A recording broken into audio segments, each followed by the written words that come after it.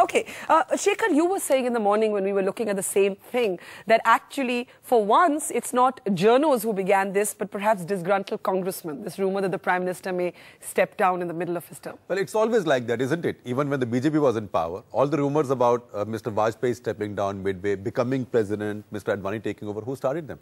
Except the only difference is a lot of the disgruntled BJP men were actually former journalists.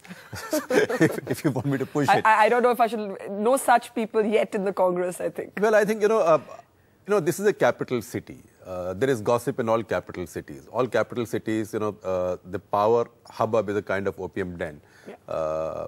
So people talk, they have to fill in time, spaces, but sometimes it goes too far, which I think has gone on ever since this government was sworn in.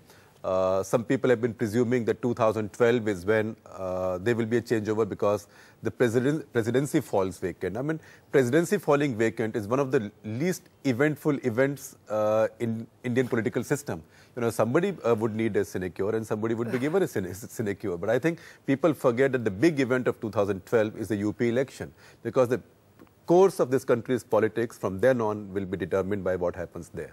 James, you're one of the lucky few people to have interviewed Dr. Manmohan Singh, and I can tell you that Indian journalists have been waiting. I don't think it's happened unless you count Manani's brief. He also wrote a wonderful article just a week back on the new generation of Indian politicians, a full page in but the big picture for you out of the press conference today? Well, I took away two things. I heard that he wanted to drive for peace with Pakistan. He also wanted to take India to a higher growth trajectory, to 10% growth. That would match China. What I didn't hear was that he wanted to quit the job and leave the stage halfway through.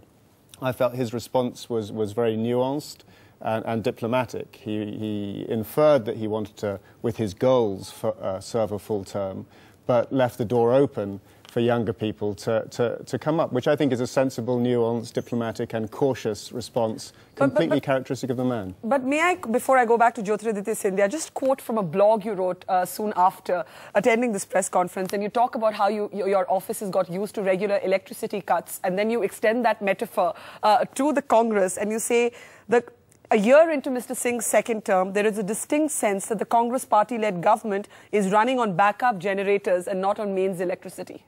Why do you have that impression? I think India is in a wonderful space at the moment. It has recovered remarkably well from the global financial crisis. It has a very capable leadership. Manmohan Singh himself is a statesman who is well respected internationally. This government, UPA-II, can do an awful lot for India's good. But you sense what? Why do you sense they're on backup? Well, it has the space to do it right now. It's early in its term, whereas I don't feel that there's a lot of momentum in the reform programme, and I don't think there's a lot of momentum also in that press conference that we listened to. I didn't have the sense of a plan of action. I didn't feel that the Prime Minister came with a message to deliver.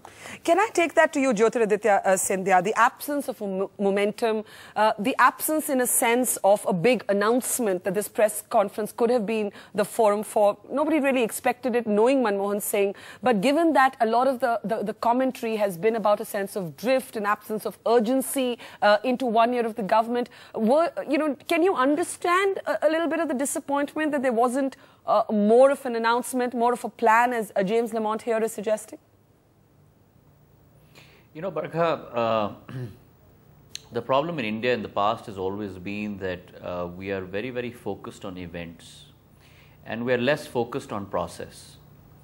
For the first time, we have in place in government a person who is completely focused on process. And the proof of the pudding lies in the eating with respect to our Prime Minister Manmohan Singh ji. If you look at the growth that he has delivered in UPA-I, 3.5 years of 9.2% growth rate. If you look at in very, very difficult times, how our economy has performed in the last 18 months, 6.7% GDP growth closing last fiscal. Projecting close to about 8.5% going forward. If you look at the landmark processes that we have undertaken to bring about inclusive growth, whether you talk about the Rural Employment Guarantee Program, whether you talk about Right to Information Act, empowering each citizen. Tuba.com